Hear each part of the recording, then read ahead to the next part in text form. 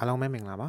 ဒီနေ့မှာတော့အရင်ပတ်တုန်းကအဆက်ဖြစ်တဲ့ function ရဲ့ parameter နဲ့ return type တွေအကြောင်းကိုရှင်းပြပေးမှာဖြစ်ပါတယ်အရင်ပတ်တုန်းက function တွေအကြောင်းကိုအချင်းချုပ်ပြန်ပြီးတော့ပြောရမယ်ဆိုရင်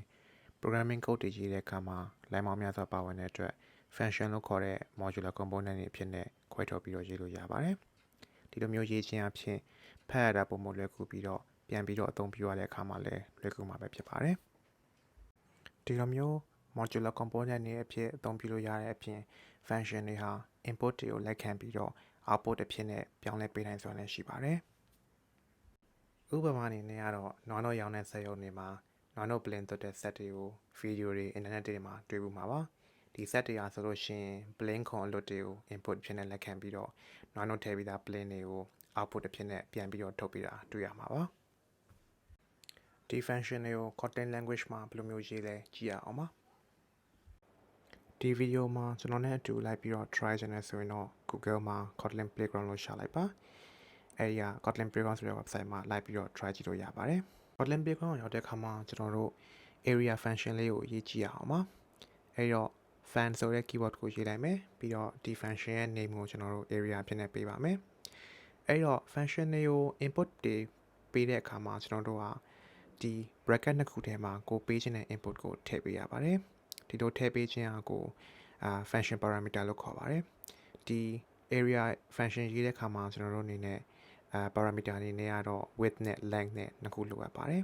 အဲ့တော့အဲ့လိုမျိုး parameter တွေဖြတ်ပေးတဲ့အခါမှာကျွန်တော်တို့ကဒီ parameter ရဲ့ data type ကိုလည်းကြီးညာပေးရပါတယ်အဲ့တော့ဒီ width နဲ့ length နဲ့နှစ်ခုလုံးဟာ number တွေဖြစ်တဲ့အတွက်ကြောင့်မလို့ကျွန်တော်က integer data type အနေနဲ့ကျွန်တော်ထည့်ပေးလိုက်ပါတယ်နောက်တစ်ခုသိရမှာတော့ Kotlin ရဲ့ function parameter တွေကိုကြီးညာတဲ့အခါမှာ parameter name ကိုအရင်ဆုံးကြီးညာရပါတယ်ပြီးတော့မှ colon လို့ခေါ်တဲ့အဆက်နှစ်ဆက်ကိုထည့်ပြီးတော့ data type ကိုထည့်ပေးရတာပဲဖြစ်ပါတယ်အခုတော့ input parameter နှစ်ခုဖြစ်တဲ့ width နဲ့ length တွေကိုမြှောက်ပြီးတော့ print out အရင်ဆုံးလုပ်လိုက်ပါမယ်ပြီးတော့တဲ့အခါမှာအပေါ်က main function ထဲမှာ area function ကိုတွားပြီးတော့ခေါ်ပြီးတော့သုံးလိုက်ပါမယ်ဒီလိုမျိုးသုံးတဲ့အခါမှာ bracket ထဲမှာကိုပေးခြင်းတဲ့ parameter တွေကိုအစင်လိုက်ထည့်ပေးရပါတယ်ဒီနေရာမှာဆိုလို့ရှိရင်ကျွန်တော်က width ကို10 length ကို20လို့ယူဆပြီးတော့ထည့်ပေးလိုက်တာပါပြီးတော့တဲ့အခါမှာ run လိုက်တဲ့အခါမှာသူ့ရဲ့ area နေရာဖြစ်တဲ့ဟာကိုအောက်က console ထဲမှာ print out ထွက်လာတာတွေ့ရမှာပါ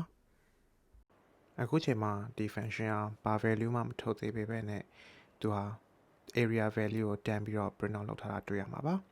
အခုတော့ဒီ function ကို return လုပ်ပေးတဲ့ function ဖြစ်နေပြောင်းလဲရအောင်ပါ Kotlin မှာ function တွေဟာ return လုပ်ဖို့လို့အတွက်ဒီ function ရဲ့နောက်မှာ colon ထည့်ပါအဲဒီနောက်မှာတော့ return လုပ်မဲ့ data type ကိုထည့်ပေးရပါတယ်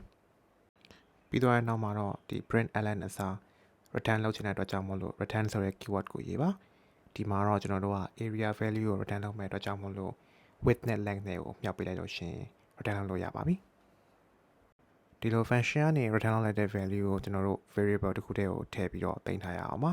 အဲ့တော့ variable ကြီးညာဖို့လို့ val ဆိုတဲ့ keyword ကိုရေးလိုက်ပါတယ်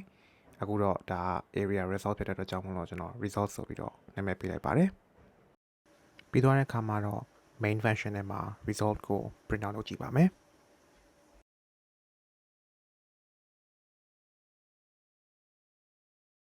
ဒီချိန်မှာ run လိုက်လို့ရှိရင်အရင်အတိုင်းပဲဘာမှပြောင်းလဲမသွားတာကိုတွေ့ရမှာပါအဲ့တော့ပြောင်းလိုက်တဲ့ဟာတွေ effective ဖြစ်မဖြစ်သိရအောင်လို့ကျွန်တော် width နဲ့ length ကို100စီပြောင်းလိုက်ပါတယ်ဒီလိုပြန်ပြီး run လိုက်တဲ့အခါမှာ area 1000ဖြစ်သွားတာကိုတွေ့ရမှာပါဒီ programming fundamental series ကိုကြည့်ပြီးတော့နားလည်သဘောပေါက်လိမ့်မယ်လို့မျှော်လင့်ပါတယ်တကယ်လို့နားမလည်တာတွေရှိခဲ့လို့ရှိရင် comment ထဲမှာမေးထားပေးပါကျွန်တော်အမြန်ဆုံး reply လုပ်ပေးပါမယ်ဒီဗီဒီယိုလေးကိုကြည့်ပေးရတော့ကြောင့်မို့လို့အားလုံးကိုကျေးဇူးအများကြီးတင်ပါတယ်နောက်ဘက်တွေမှာလည်းဗီဒီယိုတွေထပ်ပြီးတော့တင်ပေးမှဖြစ်တဲ့အတွက်ကြောင့်မို့လို့ subscribe လုပ်ပြီးတော့စောင့်ပြီးတော့ကြည့်ရှုပေးကြပါဦး